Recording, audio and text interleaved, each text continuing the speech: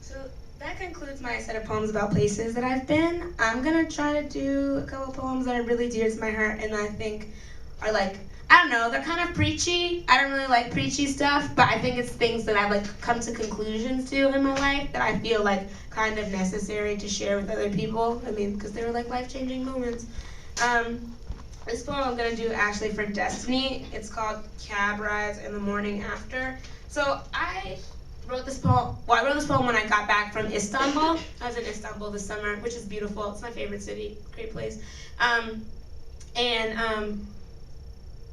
Yeah, just like a real like deep sense of like emptiness, a real deep sense of hypocrisy in myself. So I shaved my head the day that I got back.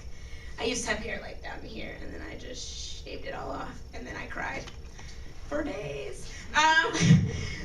Yeah, so this poem is called Cab Rides in the Morning After, and you'll kind of see why. And hopefully I remember it.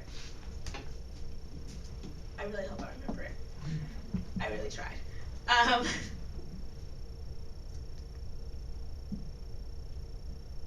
I love how the constellations are named after Greek heroes.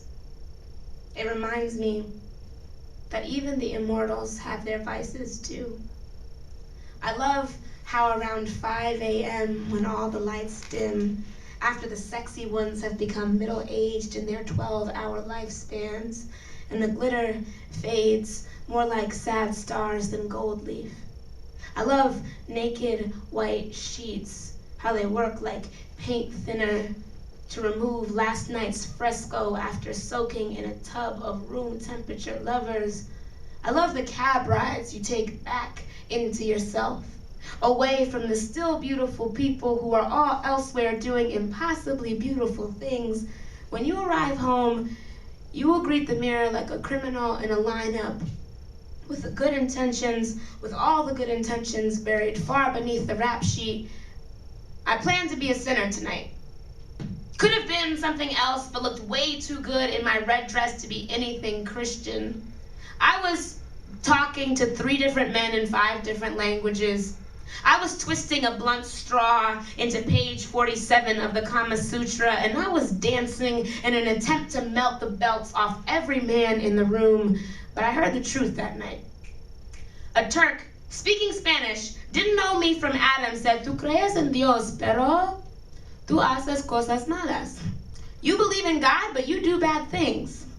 Suddenly, I realized I was in a place where all they play is house music, but can't really say I felt at home in the barely audible, barely recognizable zone between having a good time and simply wasting it. I was a glutton with a grin, drinking warm gin, knowing no one's name, but somehow was everyone's friend. I was standing in stilettos that made me 6 feet tall, but still felt small. I was messing up the shoes I paid too much for, but still hurt to walk in. Talk about conviction. Truth is, nobody believes me when I say I'm a virgin.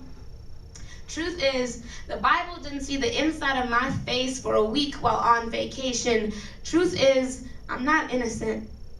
I'm just an abstinent fireplace who doesn't want to feel the fire kindled between her legs anymore. So don't mind the ashes. They're just evidence of how brightly I can glow, but I want to glow hard, like one dim star on an otherwise starless night that shines just to prove its fidelity. I know what you must think of me. What hypocrisy, but I don't want to enter prayer reeking of my addiction, stinking of a man's cologne. I don't want God to smell another man on me, mistaking menage a trois for the Trinity. So thank God.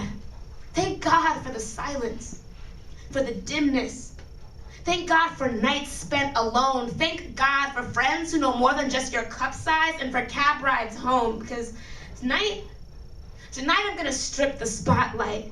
Tonight I'm gonna turn Frank Ocean off. Tonight I'm gonna take off my jewelry and my mascara and all my makeup, and I'm gonna sleep naked, not trying to be sexy, but just trying to be me. A girl with a shaved head and eyes deep enough to stand in, with convictions strong enough to stand on. I'm finding the mercy of God right where I'm standing, and it's beautiful and it's brilliant and it's blinding, but most of all, it's mine. So tonight I'm gonna climb out on the fire escape, and I'm gonna sit there eating an apple, and I'm gonna nickname the view Eden. Tonight, I'm gonna look up at all those stars with their pagan hearts and say, My God, what a fall, but what light, what impossible light.